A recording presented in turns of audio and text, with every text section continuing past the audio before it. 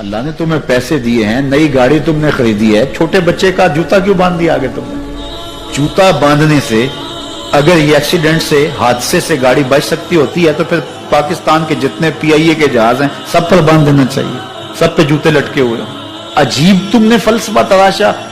کسی نے جو ہے وہ کالی رنگ کی پٹی باندھ دی نیچے, اس سے اس کو نظر نہیں لگے گی. گھوڑے کے پاؤں کے نیچے جو کھری لگی ہوئی ہوتی ہے, کچھ لوگوں نے اپنے گھروں میں وہ باندھی ہوئی ہوتی ہے کہ اس سے ہمارے گھر کے اندر کوئی مصیبت نہیں آئے گی, کوئی تکلیف نہیں آئے گی. کسی نے ہنڈیا اپنے گھر کے اوپر الٹی رکھی ہوئی ہوتی ہے, یہ ہنڈیا بچا لے گی. اور میاں ہنڈیا کیا بچائے گی تجھے؟ اللہ کے قہر سے کچھ نہیں بچا سکتا. جب تمہارے اوپر کوئی مصیبت نازل ہونی ہے تو کچھ نہیں بچا سکتا. اگر بچنا چاہتے ہو تو پھر اللہ سے استغفار کرو, اللہ تعالیٰ کی تسبیح کرو, اللہ کی تحلیل کرو, میرے حضور پہ درود پڑھو, پھر دیکھنا کہ مصیبتیں ٹلتی ہیں یا نہیں ٹلتی.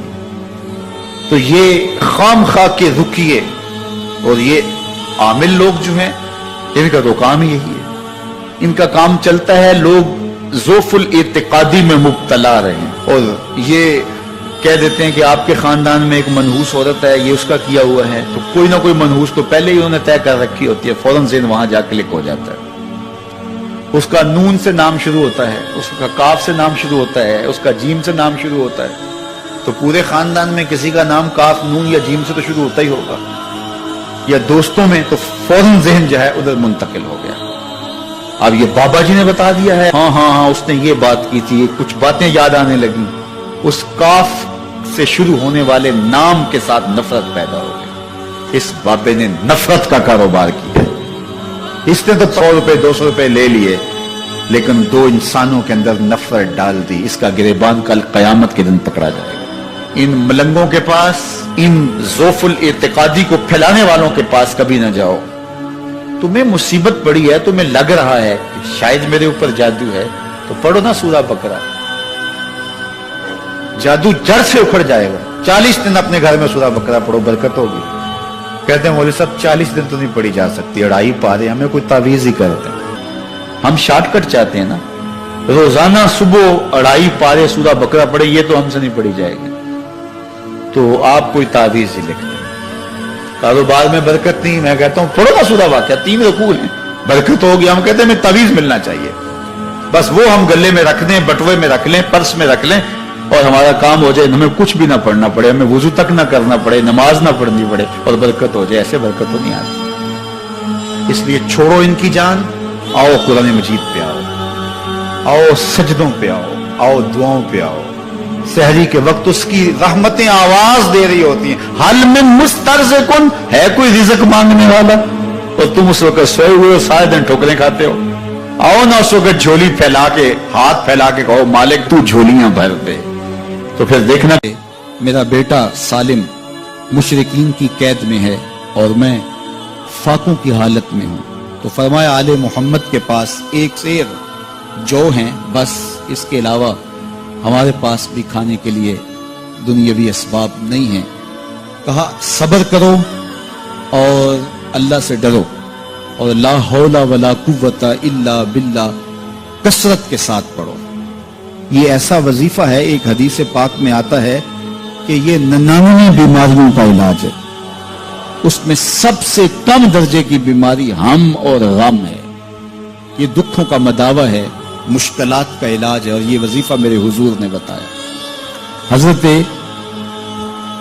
ابو ذر غفاری رضی اللہ تعالیٰ عنہ کو حضور نے 5 چیزیں بتائی تھی. ان میں سے 5ویں چیز یہ تھی کہ ابو ذر کثرت کے ساتھ لا حول ولا قوت الا باللہ پڑھا کرو. فرمایا عرش الہی کے نیچے ایک خاص خزانہ ہے, یہ وظیفہ وہاں سے آیا ہے. یہ زندگی میں معمول بنا لو, جب پھنس جاؤ, مشکلات میں آ جاؤ, تو لا حول ولا قوت الا باللہ پڑھو, اللہ راستے کھولے گا.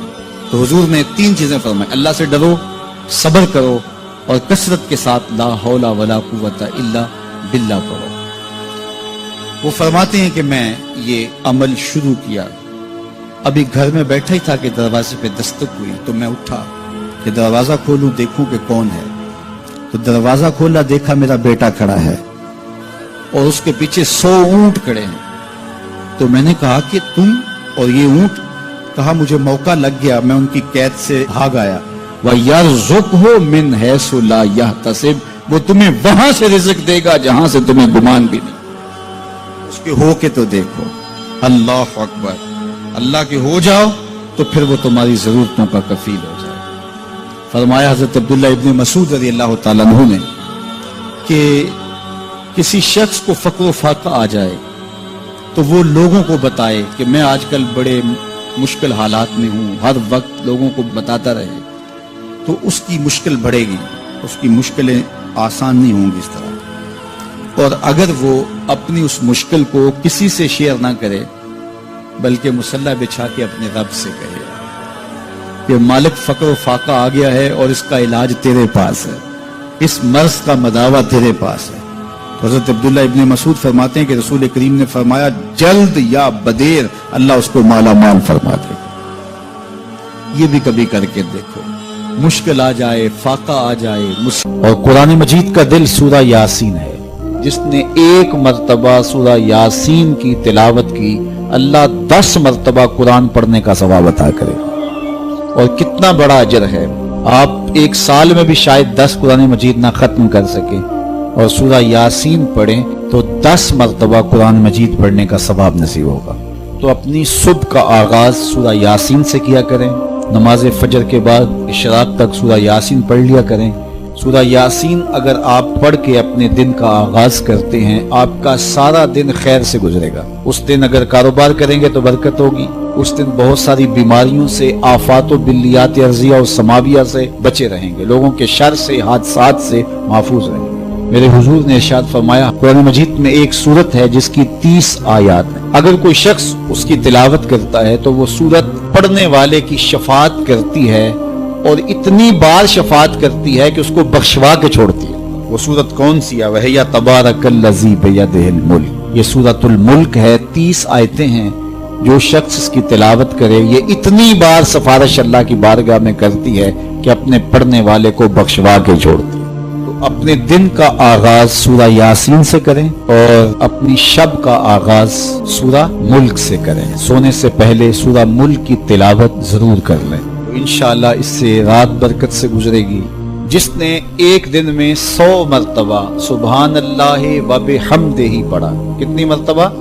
100 مرتبہ کیا پڑھا؟ سبحان اللہ و بحمدہ، فرمایا کہ اس کے گناہ سمندر کی جھاگ کے برابر بھی ہوں تو اللہ معاف فرما دے گا۔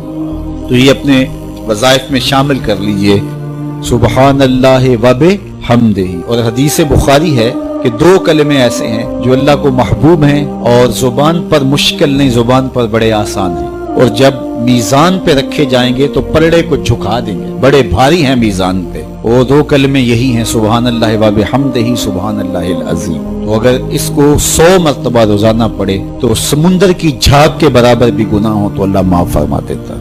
اللہ فرماتا ہے ما یفعل اللہ بعذابکم، وہ تمہیں عذاب دے کے کیا کرے گا؟ ذرا لہجہ دیکھیے، ذرا انداز، ما یفعل اللہ بعذابکم، وہ تمہیں عذاب دے کے کیا کرے گا؟ تم اس کی مخلوق ہو، اپنے دستے قدرت سے اس نے تمہیں بنایا ہے، تو وہ تمہیں عذاب دے کے کیا کرے گا؟ اس کی ضرورت نہیں ہے کہ تمہیں عذاب دے، نہ اس کی چاہت ہے کہ تمہیں عذاب دے، کوئی خود چھلانگے لگائے تو اس کی مرضی۔ فرمایا کہ ما یفعل اللہ بعذابکم، وہ تمہیں عذاب دے کے کیا کرے گا؟ ان شکرتم وآمنتم، اگر تم شکر ادا کرو اور ایمان لاؤ تو وہ تو قدردان ہے جو کوئی اس کا شکر کرتا ہے اور جو اس پر ایمان لاتا ہے۔ تو اللہ اس کے لیے عذاب نہیں رکھا، اس کے لیے رحمتیں رکھی ہوئی ہیں۔ تمہیں دستے قدرت سے بنایا ہے اور وہ تمہیں خوش دیکھنا چاہتا ہے، تمہیں خوشحال دیکھنا چاہتا ہے، تمہیں سرشار دیکھنا چاہتا ہے، تمہیں نہال دیکھنا چاہتا ہے، تمہاری زندگی کو خوشگوار دیکھنا چاہتا ہے۔ تم نے اپنے آپ کو خود اپنے اعمال کی وجہ سے مصیبتوں میں ڈالا ہے، تو کہا شکر کرنے کی عادت ڈال لو، دیکھنا پھر اللہ تعالیٰ جل شانہ کی رحمتیں تمہارے اوپر کس طرح اترتی ہیں، اس کی نوازشیں تمہارے اوپر کیسے برستی ہیں۔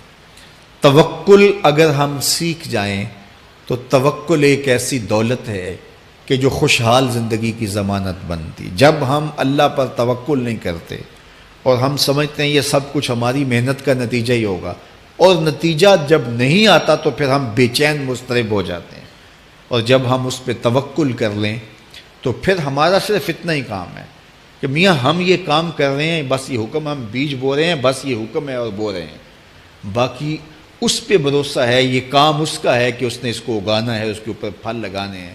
تو جب اس پہ توکل ہو جائے تو بندہ سوکھا رہتا ہے، ورنہ بندہ مشکل میں مبتلا ہو جاتا ہے۔ بسا اوقات ایسا ہوتا ہے کہ بندہ ایک منصوبہ تیار کرتا ہے، اس کا عملی نتیجہ اس کو سامنے نظر آ رہا ہوتا ہے، لیکن نتیجہ بالکل الٹ جاتا ہے۔ سید علی المرتضیٰ فرماتے ہیں میں نے اپنے ارادوں کی شکست سے ہی اپنے رب کو پہچانا ہے، کہ میں ایک منصوبہ تراشتا ہوں کہ یہ اور یوں ہوگا اور وہ ہونا چاہیے، لیکن نتیجہ وہ نہیں آتا، تو کوئی طاقت ہے اس کا جو نتیجہ بدل دیتی ہے۔ تو بندہ اس طاقت پہ یقین کرتے، اس پہ توکل کر کے جو ہے وہ اس پہ بھروسہ کر لے تو زندگی سوکھی ہو جاتی ہے۔ مغرب میں جو اللہ پر یقین نہیں رکھتے وہ خودکشی کر لیتے ہیں کہ یہ کیوں ہو گیا، ایسا نہیں ہونا چاہیے تھا، لیکن ہم خودکشی اس لیے نہیں کرتے، ہم کہتے ہیں میرا رب جس طرح چاہے اس طرح ہی ہوتا ہے، جو اس نے طے کیا ہوا ہے وہ کر کے رہتا ہے، اس لیے تم اس پہ توکل کر لو اور اس پہ بھروسہ کرو۔ حضور علیہ الصلوۃ والسلام نے فرمایا لو انکم توکلون علی اللہ حق توکلہ، اللہ پر توکل کرنے کا جو حق ہے اگر تم وہ ادا کر دے تو فرمایا اللہ تمہیں ایسے رزق عطا کرے جیسے پرندوں کو عطا کرتا ہے۔ ہمارا تو کاروبار ہے، یہ فیکٹری ہے، یہ دکان ہے، یہ ہماری نوکری ہے، ہم نے یہاں سے کمائی کرنی ہے۔ پرندوں کا کوئی کاروبار نہیں ہوتا، کوئی نوکری نہیں ہوتی، کوئی ٹھیا، کوئی اڈا نہیں ہوتا جہاں جا کے انہوں نے رزق کے لیے کوئی آغاز کرنا ہوتا ہے، بلکہ حضور نے فرمایا تغدو خماسا وتروح بطانا، جب وہ صبح گھر سے نکلتے ہیں تو خالی پیٹ نکلتے ہیں اور انہیں کوئی اپنی منزل کا تعین نہیں ہوتا، جدھر خیال آیا اڑ گئے ادھر، لیکن کبھی ایسا نہیں ہوا کہ شام کو خالی پیٹ واپس آئے ہوں، کہا وہ پیٹ بھر کے آتے ہیں۔ باہو بولے بن توکل پنچھی اڑ دے، خرچ نہ پلے زیرا ہو، جب گھر سے اڑتے ہیں تو ان کے پلے نہ کوئی خرچ ہوتا ہے، نہ راس المال ہوتا ہے، نہ کوئی اوزار ہوتے ہیں، نہ کوئی ہتھیار ہوتے ہیں، کچھ بھی نہیں ہوتا، یوں ہی گھر سے نکلتے ہیں، کبھی بھی خالی پیٹ نہیں آئے۔ فرمایا اگر اللہ پہ پرندے توکل کر لیں تو اللہ اسے بھی عطا کرتا ہے، تم توکل کرو گے تو تمہیں عطا نہیں کرے گا۔